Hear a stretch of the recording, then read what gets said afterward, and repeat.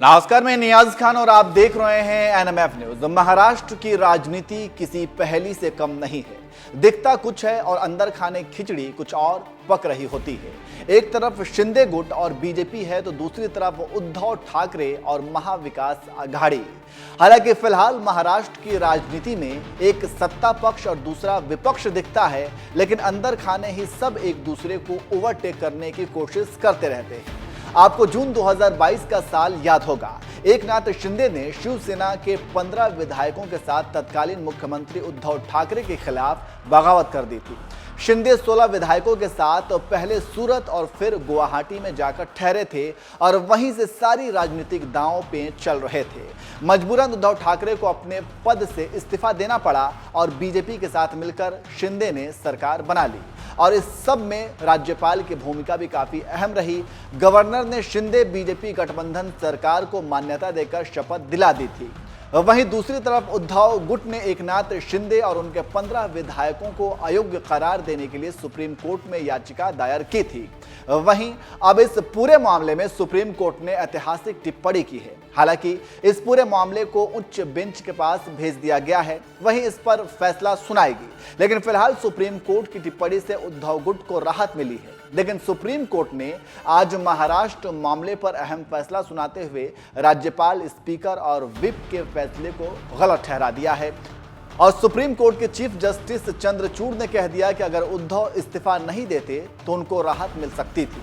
वहीं इस फैसले के बाद उद्धव ठाकरे ने भी प्रतिक्रिया दी और उन्होंने कह दिया कि अगर इस्तीफा नहीं देते तो गद्दार लोगों के साथ कैसे सरकार चलाता।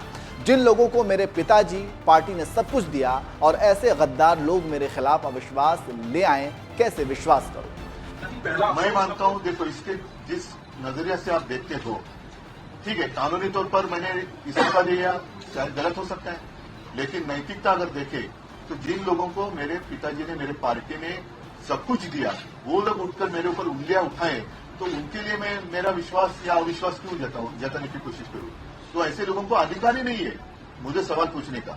जिन लोगों ने मेरे पार्टी से सब कुछ लिया और गद्दारी की, तो गद्दार लोग मेरे ऊपर अविश्वास लाए और उसका मैं सामना करूं, कैसे हो सकता है। ये तो गद्दार लोग हैं। आज तो कोर्ट ने कहा और कोर्ट ने गद्दार नहीं किया, लेकिन ये सारी बातें हैं। आज तो महाराष्ट्र में आप सरकार ही नहीं है। नैतिकता तो अभी जैसे मैंने नैतिकता का पालन किया, तो अगर इस मुख्यमंत्री में जरा भी कोई नैतिकता होगी तो मुख्यमंत्री और उप मुख्यमंत्री ने इस्तीफा देना चाहिए, जैसे मैंने दिया।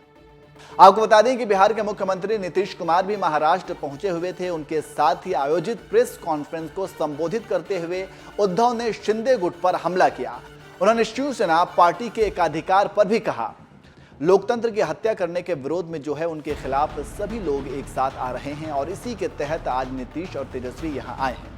आज सुप्रीम कोर्ट ने जो भी फैसला दिया है, सत्ता के लिए किसी भी हद तक जाने वाले गद्दार लोगों का असली चेहरा सुप्रीम कोर्ट सामने लाया है। किस तरह स्पीकर और राज्यपाल की भूमिका गलत थी वो कोर्ट ने बताया। कोर्ट ने राज्यपाल को लेकर जो टिप्पणी की वो बहुत गंभीर है।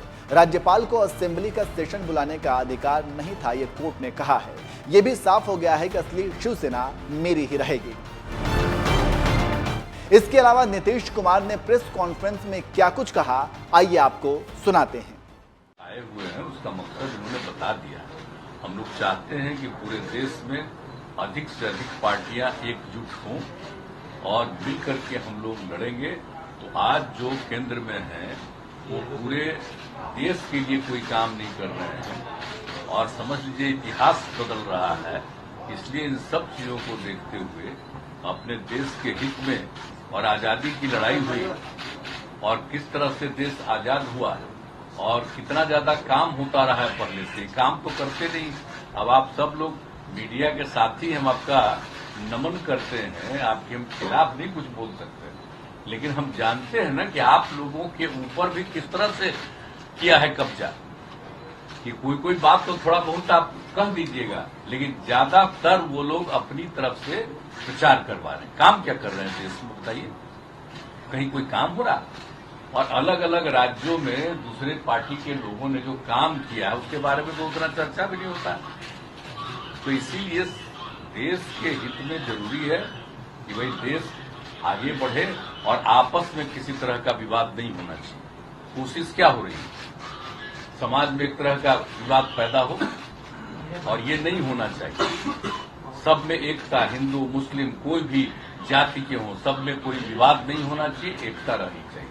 तो हम लोग तो यही चाहते हैं कि ज्यादा से ज्यादा पार्टियां एक साथ मिल करके काम करेंगी। और इस बीच में बहुत लोगों से बातचीत हो गई है। आज तो इनसे ऐसे हमारी बातचीत हम लोगों की होती रहती आई है, आज भी बात करेंगे। अब इसके बाद ये तय होगा कि कब मीटिंग सब लोगों की होनी। तो अभी तो एक राउंड आप जानते ही हैं, पिछले महीने भी हम लोगों ने बातचीत किया और जिस तरह से बातचीत हुई है अनेक पार्टियों से, बहुत लोगों से बहुत अच्छी बातचीत हो गई है। अब उसके बाद आगे जो करना होगा वो हम लोग करेंगे। लेकिन अभी तो आए हैं, बस यही मकसद है इनका और हम लोगों का विचार तो एक ही है ना, भाई देश के हित में काम करेंगे। कोई तरह से जो हमारा पुराना इतिहास है देश का उसको बिल्कुल कायम रखेंगे। तो ये सब चीजों के लिए करेगा। इन लोग को अपना कर रहे हैं ना, इन लोग आजादी की लड़ाई से क्या मतलब था, इनको कोई मतलब नहीं।